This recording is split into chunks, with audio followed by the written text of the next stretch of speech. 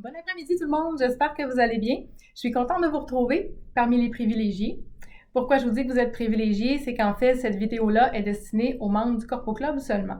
Éventuellement, vont se greffer d'autres membres parmi ceux qui auront acheté le planificateur stratégique, mais à la base, c'est pour vous que je fais ces vidéos-là parce qu'il y a des questions qui surviennent concernant l'organisation, concernant l'utilisation du planificateur stratégique.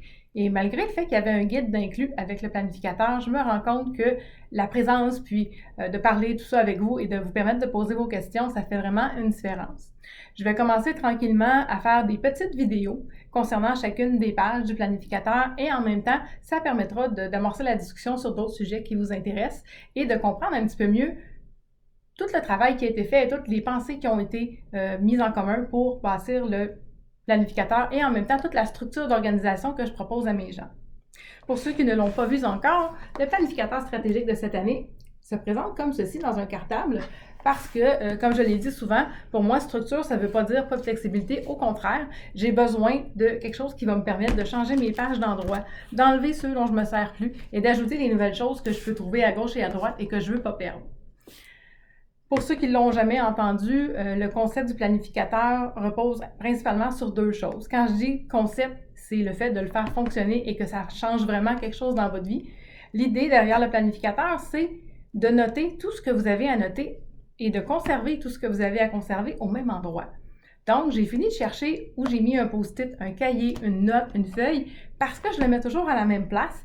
Et dans le planificateur, on peut le faire en faisant des trous dans les feuilles qu'on veut conserver, mais aussi en utilisant les pochettes qui sont toutes des séparateurs en même temps et qui servent en même temps à séparer les documents et à conserver les choses qui n'auraient pas de trous ou qui seraient trop petites pour qu'on fasse des trous dedans. L'autre chose qui est très importante, c'est qu'on se sert d'un planificateur à tous les jours.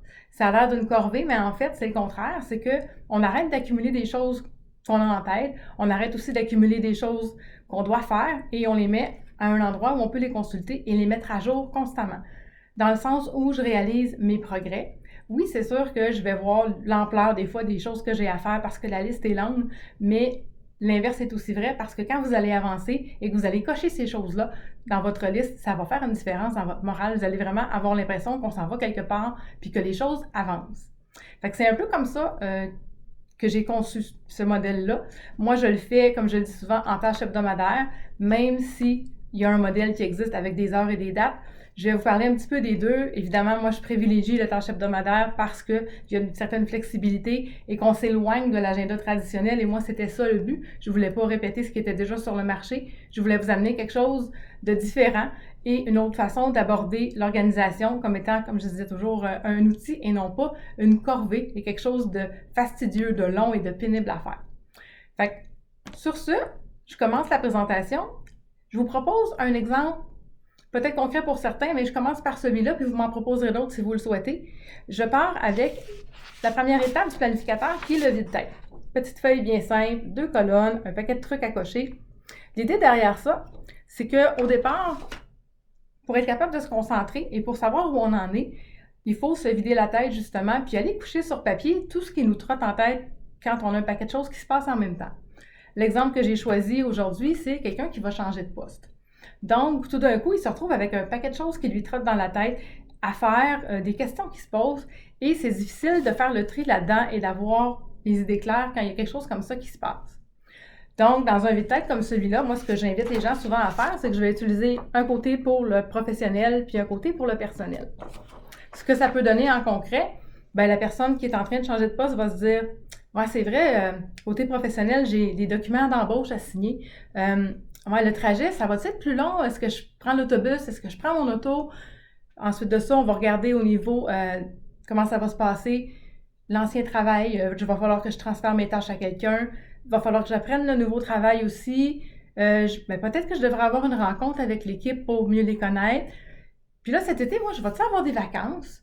Parce que je pensais faire un voyage. Hop, le voyage, il va dans le côté personnel. Il faudrait que je demande si j'ai des vacances, si je suis capable de faire le voyage que je pensais faire. Puis là, tout d'un coup, il y a des choses personnelles qui viennent en ligne de compte puis qu'on peut ajouter au fur et à mesure. Là, on se dit, ben les horaires à la maison, moi, normalement, j'allais chercher les enfants. Là, est-ce que l'endroit où je les fais garder après l'école, c'est ouvert assez tard? Est-ce que au niveau des repas, tout ça, est-ce que je change un peu les habitudes? Est-ce que je demande à mon conjoint de faire des choses que je faisais parce que là, c'est plus possible? Au niveau de l'épicerie et tout ça, qui faisait quoi? Est-ce qu'on laisse ça comme ça? J'avais aussi, c'est vrai, je pense à ça, j'avais un cours privé de piano que je prenais. Est-ce que j'ai le temps de me rendre maintenant que je travaille pas au même endroit? C'est toutes des choses comme ça qui se promènent dans notre tête quand il y a un changement qui arrive. Et c'est justement là l'idée d'aller déposer ça, de faire un tri, en gros, juste personnel, professionnel au départ. Puis ensuite de ça, on va aller faire autre chose. Mais au départ, vraiment, l'essentiel, c'est de vous vider la tête pour que tout ce qui est sur papier reste là, que vous n'ayez pas peur de l'oublier, puis qu'ensuite, on le prenne en charge à des moments ou à des endroits dans le planificateur qui vont vraiment vous aider à ne pas les oublier, puis à ne pas les faire en retard. C'est la première étape. Volontairement, je vais terminer la vidéo ici pour ne pas qu'elle soit trop longue, mais vous allez pouvoir suivre tous les autres documents comme ça, pas à pas. Et pour le moment, je vais conserver l'exemple de la personne qui change de poste.